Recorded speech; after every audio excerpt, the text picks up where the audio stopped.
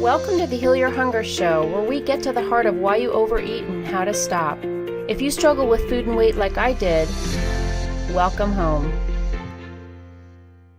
Welcome everybody to the Heal Your Hunger Show. So happy to have you here. It's a great day to be alive, and I mean that from the bottom of my heart.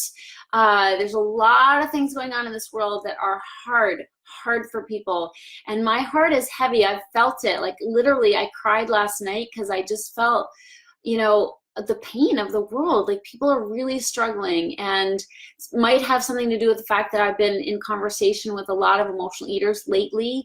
I've been doing some breakthrough sessions, which has been an amazing thing to connect with you. People have been listening to my podcast or have read my book. It's been a real pleasure lately to get to do some one-on-one calls and really offer you some support and take a good, strong look at what's going on with you and your relationship with food. If you want to have that opportunity, you can do that. Just go to the show notes and you can schedule a call with me, because I'm going to keep doing this for another week or two. So love to have a conversation. I love connecting with emotional eaters, but it's a little heavy at times, I will tell you. And I'm going to get back to that in just a second. And first say that I am recording this live from the Secret Sauce group. So if you have not joined us in the Secret Sauce to End Emotional Eating, it's a group on Facebook, a private group that you can join if you relate to the struggle of food and weight. So pop over to the Secret Sauce to End Emotional Eating now in Facebook, request to join. We'd love to have you. And then you can access the recordings or watch it live. So, and definitely comment. Love to continue the conversation there.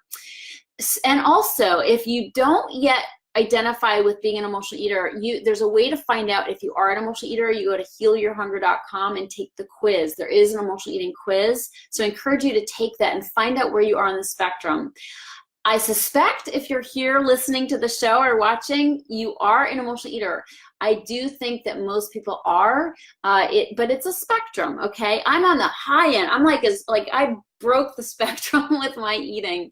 A total binge eater, total massive amount of calories, sitting in front of the TV with brownies and cookies and ice cream and potato chips or cashews or whatever. I mean, I really did a lot of eating my day. When people ask me if I want dessert or something, I either say, there's not enough there for me, and they kind of look at me like I'm weird, but that's the truth. Like, I don't want a scoop of ice cream, thank you very much. I want a pint or a half gallon. But I also sometimes say, you know what, I used up my coupons. So if you still got coupons left, enjoy the ice cream, enjoy the dessert.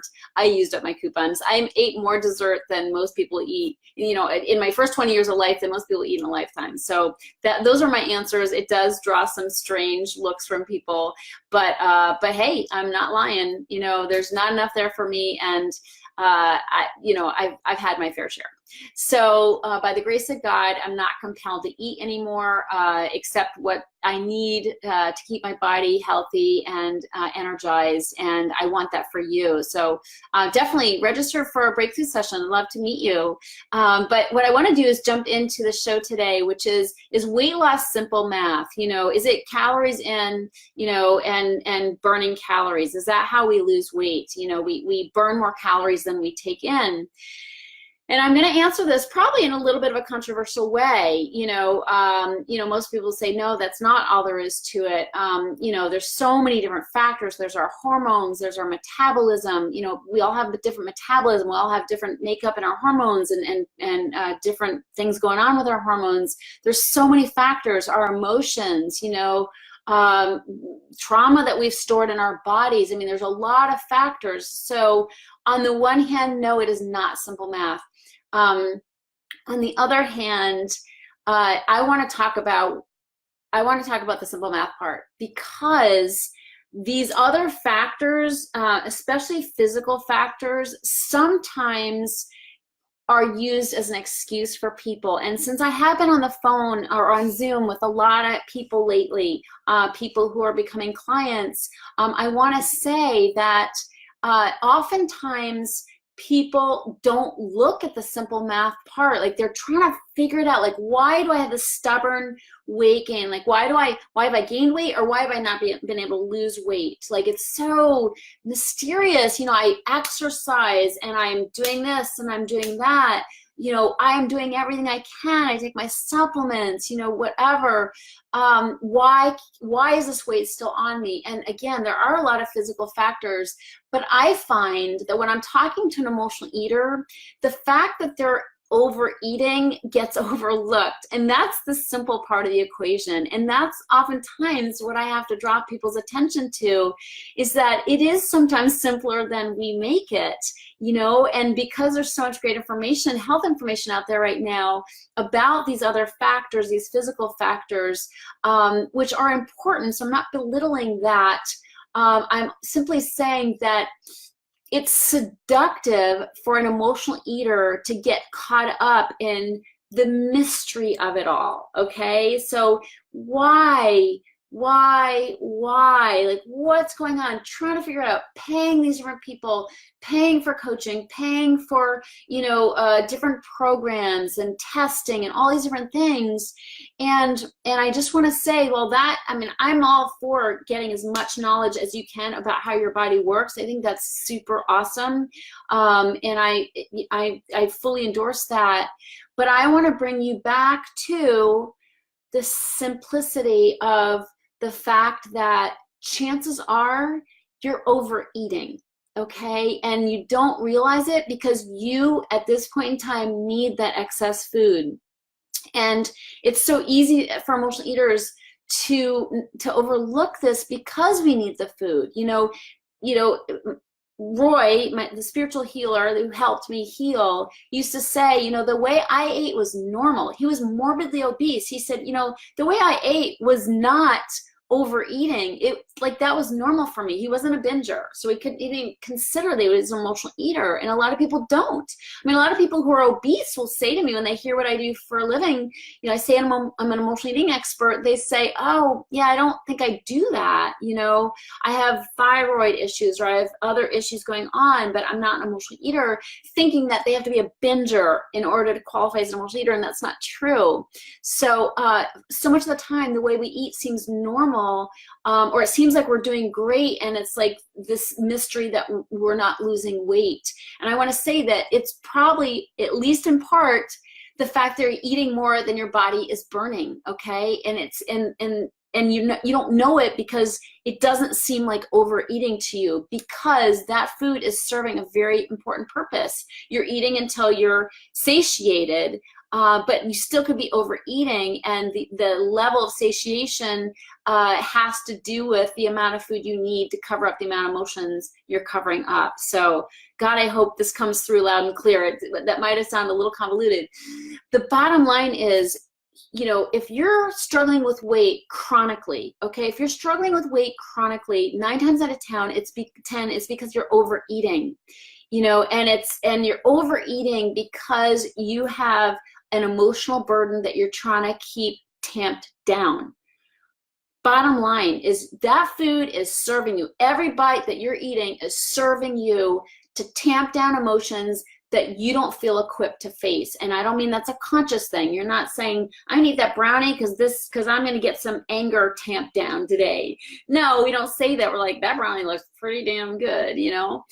But I want to tell you that we overeat, you know, we overeat and crave and eat more than we need to eat for the functioning of our body, because we have an emotional load that we're trying to manage. You know, all kinds of emotions. I just spoke with somebody who, you know, talked about her fear of losing weight because she can't handle the comments when they come in. You know, once she starts looking good, I know this is a very universal thing. I have this too. You know, the attention that comes from losing weight, that can be really disturbing for us. As much as we want to lose weight, as much as we want to look beautiful, as much as we want to wear those awesome clothes in the back of our closet that are collecting dust because we haven't been that lower weight for a while, as much as we want that, being able to handle that is another issue, okay? Being able to handle the emotions that come up when men notice us, when men pay attention to us, you know, when girlfriends start, you know, oohing and awing at our weight loss with sometimes a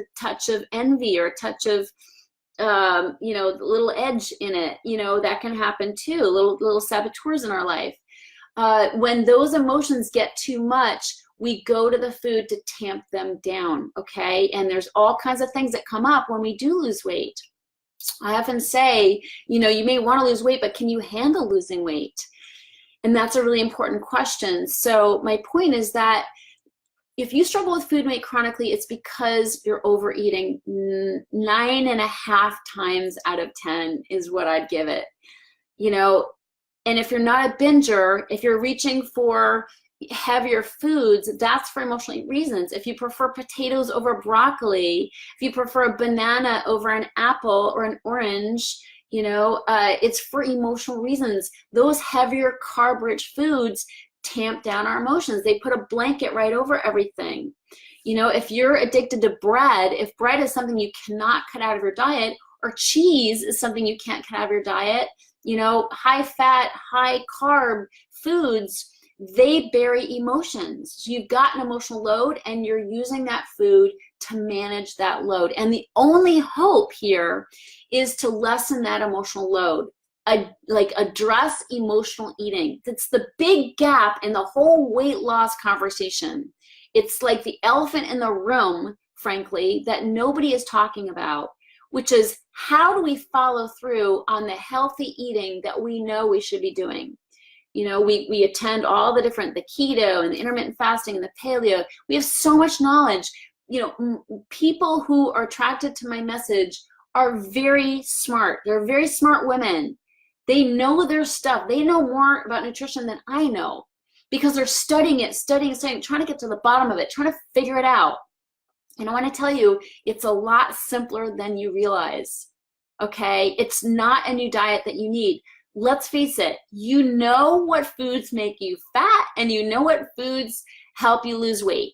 It is not a mystery. You're a smart girl, okay? You are a very, very intelligent woman, frankly. And so that's not the information you're lacking. What you're lacking is the ability to follow through and to eat the amount that your body needs, the appropriate amount of food where you don't gain weight or where you can actually lose weight, you know, where, I mean, the only hope of losing weight is really to have a different appetite where you don't crave the heavier foods, you know, where you're actually drawn to lighter foods, not as a diet. We all know about eating salad and cottage cheese, you know, to lose weight.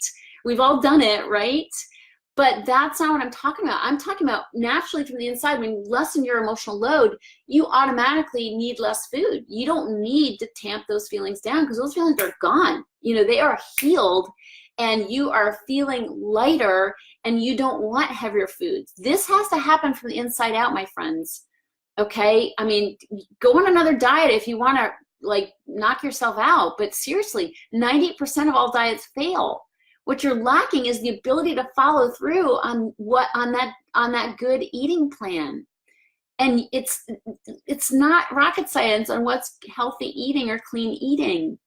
What's rocket science is figuring out how to actually eat less and be okay with it, to not feel like you're crawling the walls, to not feel like you're gonna like dry up and blow away, which as emotional eaters, we have this, you know, because we grew up needing the food. I mean, I was dependent on food from a very young age because I had emotional load that I had to cover up. You know, I had to keep in check. I mean, I had stuff that happened as a kid that I did not know how to deal with. Hence, I had to gain weight and I had to use food and I had to keep things in check because I don't think I would have survived otherwise. And I had a fairly good childhood, but you know, I had some things happen that made me need to run for cover. And I did that with food because it was accessible, it was easy, it was yummy, and it's just my natural tendency is to love to eat. I love to eat. I still love to eat. I had an amazing meal last night. I went to an Italian restaurant down the street from my house, like real Italian. These two sisters from Italy own this restaurant, and it's like a little bistro. It's like I'm just in Manhattan again, you know, and it's just lovely. And so I had amazing food. but it was a light meal. And I stopped when I felt satiated. I didn't finish it all. We took some home, for lunch today. So it's really important that we enjoy our food. But what's really important is that we need less food from an emotional standpoint, and that's where the simple math comes in. If you have a lighter emotional load, if you're feeling free, if you've got self-care going on where you just, your emotions are taken care of, you know where to put them, you know how to deal with them, you know how to deal with things when they come up and not get tipped over or triggered by something hard, or a comment that someone makes. When you've got the tools, the appropriate tools to deal with the emotions that come up when you're not overeating, then you can eat less, and it's easy. It's not hard. It doesn't feel like you're going to die, and you naturally lose weight. It's just the automatic result without focusing on it. So is weight loss simple math? In some ways, yes. Okay, when you can address and heal the underlying causes, you naturally eat less. You naturally eat less. You probably enjoy exercise more because you're not forcing yourself and you're not doing it for weight loss reasons. So you're actually taking care of your body. My exercise is self-care. I love it. I love it. I love it. I love it. I have one kind of exercise I love. It's called bar method. I'm not an exerciser. I'm not a workout person. I've never been able to jog a whole bunch. I'm kind of lazy, frankly. But I found a form of exercise that I love. And so I do it out of self-care. I feel good. It's not high energy, so I'm not running around killing myself. I'm toning my body, and it feels delicious to me. It's not easy, but I like it. I get good, coaching through it, guidance, a trainer who or the teacher, spots me and makes sure I'm doing things right so I don't injure myself. So it's just easy and fun. I do it for self-care. So when you can live in a self-caring way, and you've got self-care, a self-care routine that feeds your soul and that you can draw on throughout the day instead of drawing on food when you're lacking energy, when you're feeling down, when you're feeling lonely. When you've got food, you're no longer reaching for food, but you're dealing, you've dealt with stuff and you're reaching into your self-care toolkit. The weight loss it happens. It just happens automatically. And I want that for you. I want you to stop beating your head against the wall with diets. I mean, seriously, that doesn't work. It just doesn't work. You deserve better. You deserve to give yourself better. So please, remember, it's not as mysterious. It's not as complicated as you're probably making. Don't keep looking for that mysterious reason why you can't lose weight. Address emotional eating instead, okay? It is simple math. When you feel good about yourself, when you're dealing with your emotions and you no longer have a heavy load that you need to cover up or put a blanket on, you eat less. You just eat less, and the weight comes off. So that's my message to you. Not belittling the fact that you may have a thyroid issue, you may have some hormones that need to be checked. That's all good stuff. But if you've been struggling chronically for years, 9.5 times out of 10, it's emotional eating, and you've got to address it, or it's never going to work for you. The weight loss is never going to happen. Okay. I mean, look at the record, right? Deal with emotional eating, and you're going to be so much happier with the results. And I'm here to help you. Obviously, it's what I do. I have an amazing program. It's a 90-day program. It takes you straight through my system, and it works. And women get results right out of the gate within the first week. So if you want to have a conversation about that, please reach out. That's it. Love you so much. Please make sure to comment in the comment section of this show in the Secret Sauce group. You got to join the group to do that. I'd love to have you in there, and just enjoy your week and give yourself a huge hug because you deserve it. That's from me, okay? And it can be from you too. Take care. Much love. If you enjoyed this podcast and want to get free support, insider health info, exclusive invites to events, and more, visit healyourhunger.com.